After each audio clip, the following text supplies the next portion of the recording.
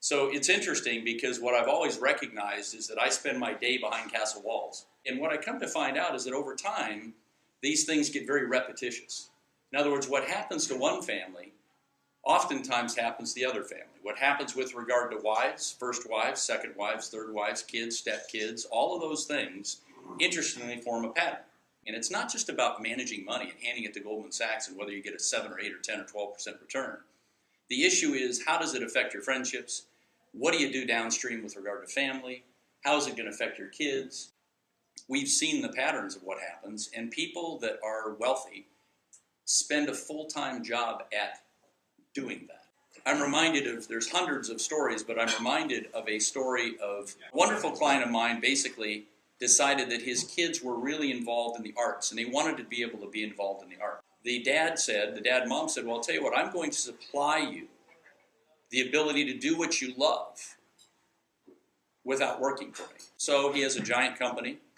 He, with best of intentions, I mean, these are really good people, gave this child money, age about 24, out of college, and he started his art career, and he built it. And he found out that, the people he was schmoozing with were doing bigger and bigger things and things like that, so this guy wanted to actually expand and try that. But of course, no capital for that. So now in comes this son, and he has now got production money, and the dad says, well, how much did he? He says, I don't know. See, he's got no experience with how much he needs. He just knows he needs to get to this level of largesse. So the dad gave him $250,000 to start with, and he began to work. Well, that didn't work, so it wound up being more like $1 million. And that was all great. Everybody seemed happy. Son got married, needed a house. Well, you can't live in this world when you're doing that. You can't live in a house in Fullerton. That's not going to feel right or look right, and it's certainly not what dad and mom would want for them. Why would you do that to someone that can live here?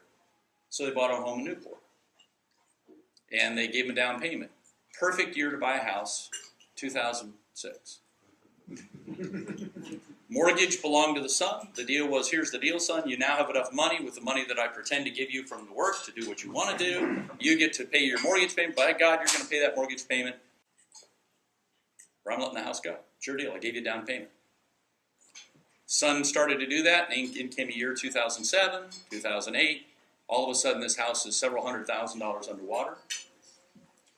And as a result of that, the house was lost. The dad didn't save it because it was several $100,000. It wasn't worth saving, so the house went to foreclosure, and out it went. Now you have another step in the learning lesson, right? Another time, another chance, another bite at the apple. What have we taught our son? What have we taught our family? He's now married, and along comes first kid.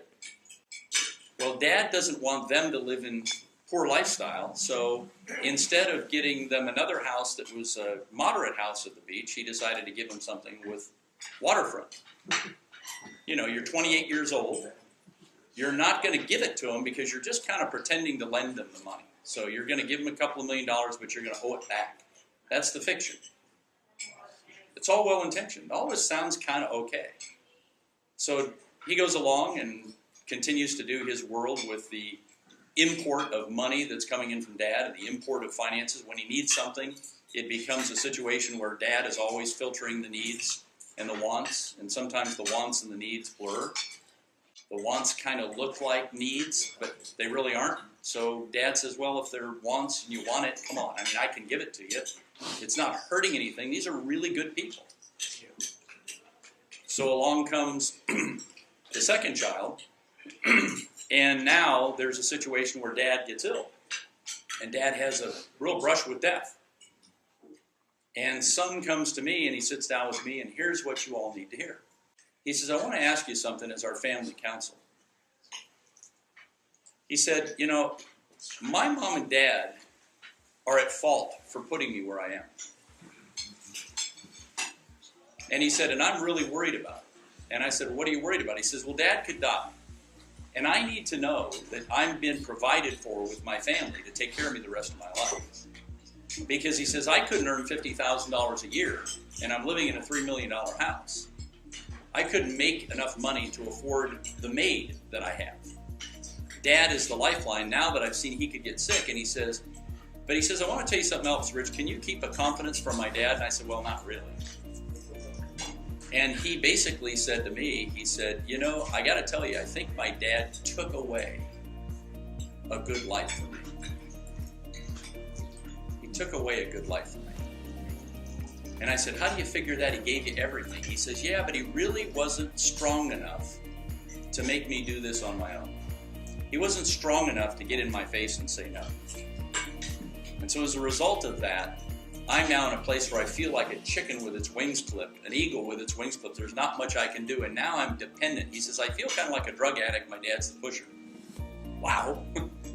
Wow. I mean, really good people.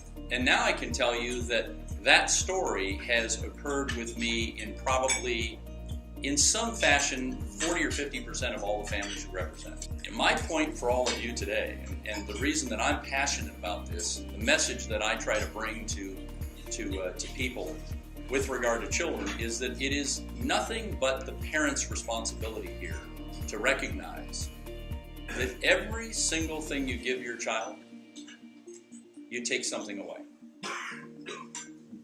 Everything you give your child, you take something away. And the issue for we as parents is to try to understand what is it we're taking away and make a decision whether that's okay or not.